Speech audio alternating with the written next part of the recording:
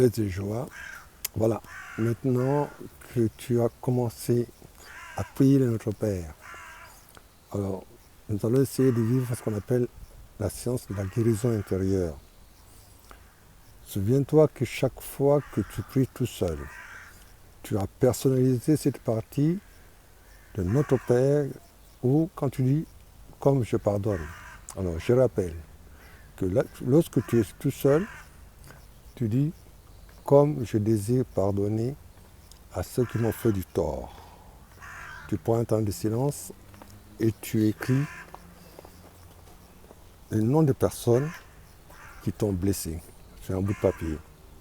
Ensuite, tu as « comme je désire pardonner à celui qui m'a blessé ».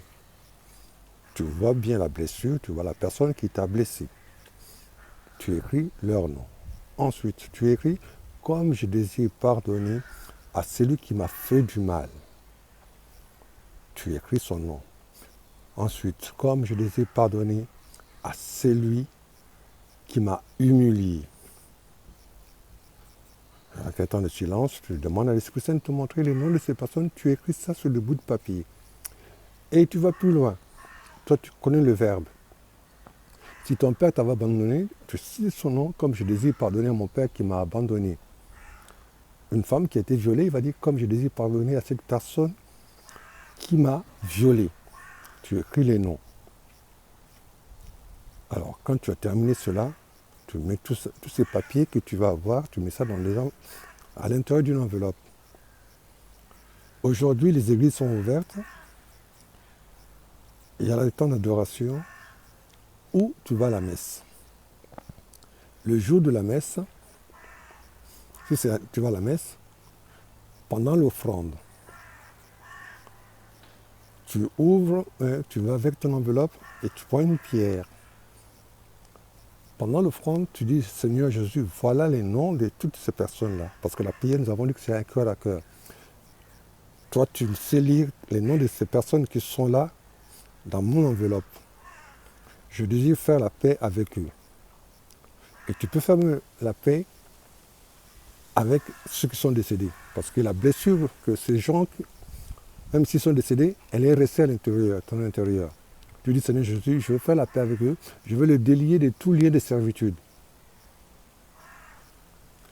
Pendant l'offrande, et surtout pendant la consécration, Seigneur Jésus, voilà, tu m'as dit, toi, vous qui playez sous le fardeau, venez à moi, je vais vous soulager. Aujourd'hui, je veux te les présenter, toutes ces personnes-là. Moi, je n'arrive pas à les pardonner. Ça me fait mal. Mais toi, tu veux que je me réconcilie avec eux. Je te le donne. Quand tu auras l'élévation de la coupe, c'est pareil, Seigneur, je me plonge dans ton sang pour que tu viennes réparer le tort que les autres m'ont fait, mais c'est aussi que moi j'ai fait aux autres.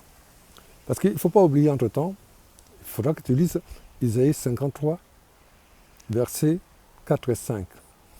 Et tu le mets à la première personne du singulier. Il a porté mes fardeaux sur la croix. Alors, tu vois, quand tu vois la croix de Jésus, dans ses blessures, ce sont toutes les pierres que les uns les autres t'ont lancées. C'est pour ça que c'est mieux que tu aies aussi avec une petite pierre, tu le tiens. Voilà, ces pierres-là. Ça, c'est mon oncle qui me l'a lancé. Voilà, ça, c'est mon frère, ça, c'est ma mère. Parce que les plus graves blessures, c'est d'abord les proches. Puis, il peut y avoir les groupes de prière, il peut y avoir même l'église. Toutes ces personnes-là, tu les présentes à Jésus. Jésus, je veux me réconcilier avec eux. Et cette prière-là, tu l'as fait pendant l'élévation. C'est très important. Aujourd'hui, je veux faire la paix avec eux et je veux les délier de tout lien de servitude. Seigneur Jésus, je te remercie déjà de le bénir là où ils sont. Merci Seigneur pour ce que tu fais pour moi aujourd'hui.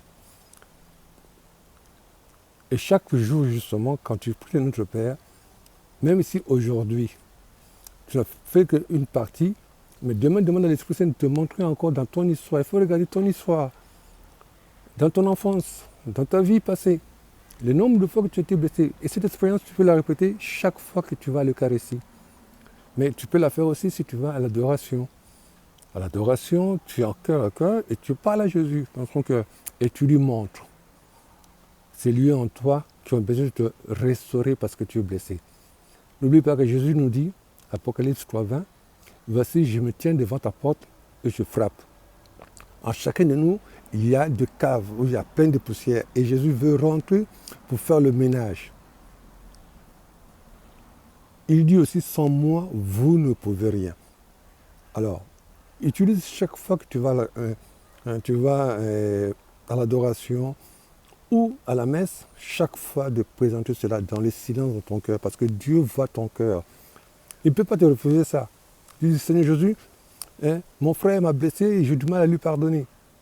Mais tu veux que je me réconcilie, moi je n'arrive pas. Voilà, je vais te présenter la pierre qui m'a lancé. Tu écris. Et quand tu sors, par exemple, de la messe, avec ton enveloppe, tu brûles ça. Et parce que tu ne réponds pas, tu as laissé à Jésus, tu laisses Jésus faire, il va faire.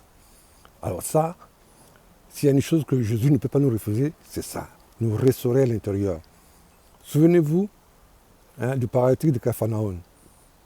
Les gens l'ont ramené pour qu'il puisse guérir. Mais Jésus, la première chose qu'il a faite, il a restauré l'homme intérieur, il dit, tes péchés te sont remis. Parce que Dieu veut nous restaurer dans notre dignité d'enfant. Parce que souvent nous avons été blessés. Et les plus graves blessures que nous avons, c'est autour de nous. Alors, fais cette démarche-là, en esprit et en vérité, tu verras la gloire de Dieu. Il va te donner sa paix. Il va te remplir de sa paix. Tu vas le ressentir déjà dans la messe ou dans l'adoration. Parce qu'il est vrai, il est vérité. Il te dit, toi qui places le fardeau, viens à moi, je vais te soulager. Pas à pas, que le Seigneur te bénisse. Amen. Alléluia. Et à bientôt. Il t'aime. N'oublie pas ça. Il veut ton bien. Il veut te sortir de ton tombeau. Il te dit, sors du tombeau, ne reste pas au tombeau. Donne-moi ça. Amen. Alléluia. À bientôt.